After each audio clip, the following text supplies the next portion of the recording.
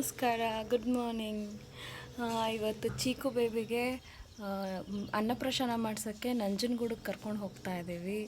ಧೃತಿಗೂ ಕೂಡ ನಂಜನಗೂಡಲ್ಲೇ ಅನ್ನಪ್ರಾಶನ ಮಾಡಿಸಿದ್ದು, ಹಾಗಾಗಿ ಚೀಕುಗೂ ಅಲ್ಲೇ ಅನ್ನಪ್ರಾಶನ ಮಾಡಬೇಕು ಅಂತ ಅಂದ್ಕೊಂಡು ಎಲ್ಲ ರೆಡಿ ಮಾಡ್ಕೊಂಡಿದ್ದೀವಿ.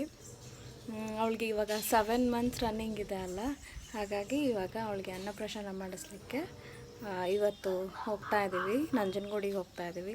ಸೊ ಎಲ್ಲ ಪ್ಯಾಕ್ ಆಗಿದೆ. ಇವಾಗ ಅವರಿಬ್ಬರು ಆಟ ಆಡ್ತಾ ಇದ್ದಾರೆ. ನಾನು ಅವರಿಬ್ಬರಿಗೂ ಸ್ನಾನ ಮಾಡಿಸಿ ನಾನು ಸ್ನಾನ ಮಾಡಿ ರೆಡಿ ಆಗಬೇಕು. ಹಾಗೆ ಇವತ್ತಿನ ಸ್ಪೆಷಲ್ ಡೇದು ವಿಡಿಯೋನ ಮಾಡ್ತಾಯಿದ್ದೀನಿ. This is my first vlog actually.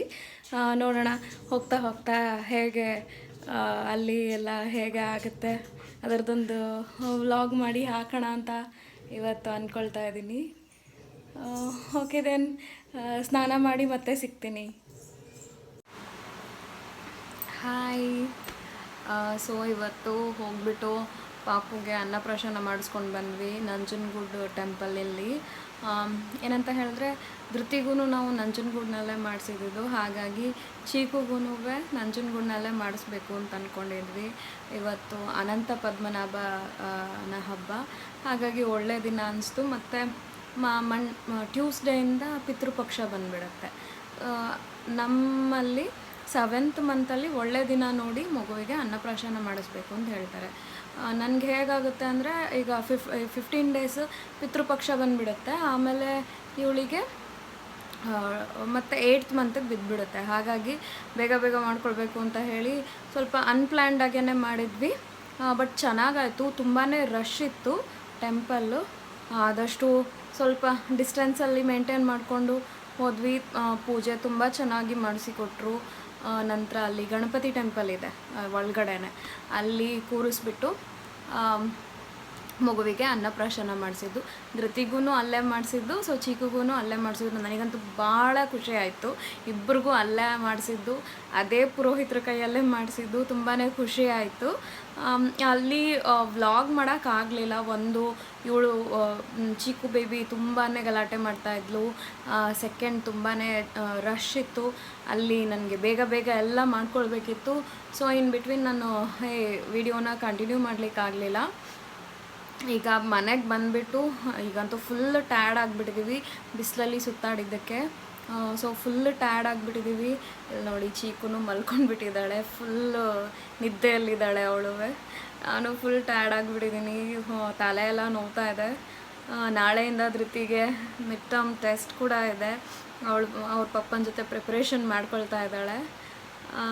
So ಇಲ್ಲಿ ಧೃತಿ ಒಂದೆರಡು ಸ್ಮಾಲ್ ವಿಡಿಯೋಸ್ ಮಾಡಿದ್ದಾಳೆ ಫೋನ್ನಲ್ಲಿ.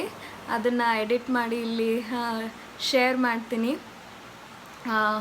ಇದು ಫಸ್ಟ್ ಚೀಕು ಬೇಬಿ ಜೊತೆದು ನಂದು ವಿಡಿಯೋನ ನಾನು ಶೇರ್ ಮಾಡ್ಕೊಳ್ತಾ ಇರೋದು. ನೀವೆಲ್ಲ ಇಷ್ಟಪಡ್ತೀರಾ ಅಂತ ಅಂದ್ಕೊಂಡಿದ್ದೀನಿ. ನೀವು ನಿಮ್ಮ ಲೈಕ್ಸ್ ಆ್ಯಂಡ್ ಕಮೆಂಟ್ಸ್ನ ಪ್ಲಸ್ ನಿಮ್ಮ ಬ್ಲೆಸ್ಸಿಂಗ್ಸ್ನ ನಮ್ಮ ಚೀಕು ಬೇಬಿಗೆ ಕಮೆಂಟ್ಸ್ ಮೂಲಕ ತಿಳಿಸಿ. ಹಾಗೆ ನನ್ನ ಚಾನಲ್ಗೆ ಸಬ್ಸ್ಕ್ರೈಬ್ ಮಾಡ್ಕೊಳ್ಳಿ. ಓಕೆ, ಬಾಯ್ ಬಾಯ್.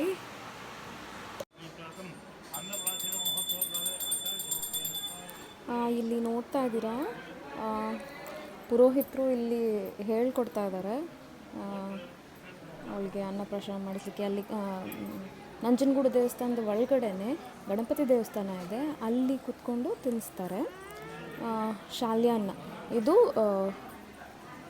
ಶ್ರೀಕಂಠೇಶ್ವರನಿಗೆ ಅಭಿಷೇಕ ಮಾಡಿದಂತಹ ಶಾಲ್ಯಾನ್ನ ಇದು.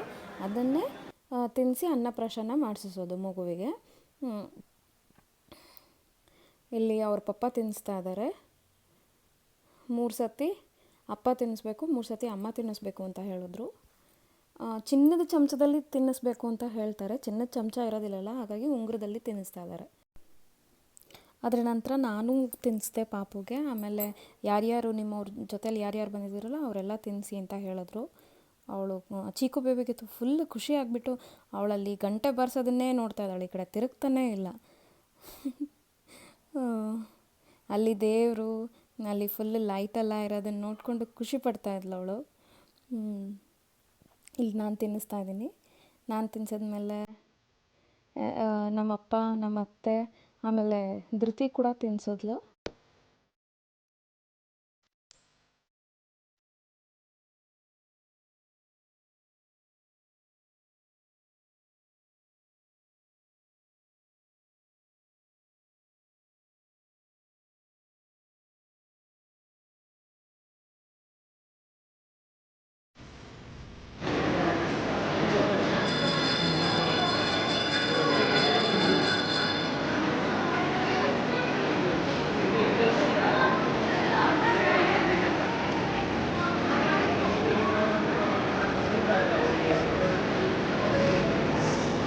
Aida.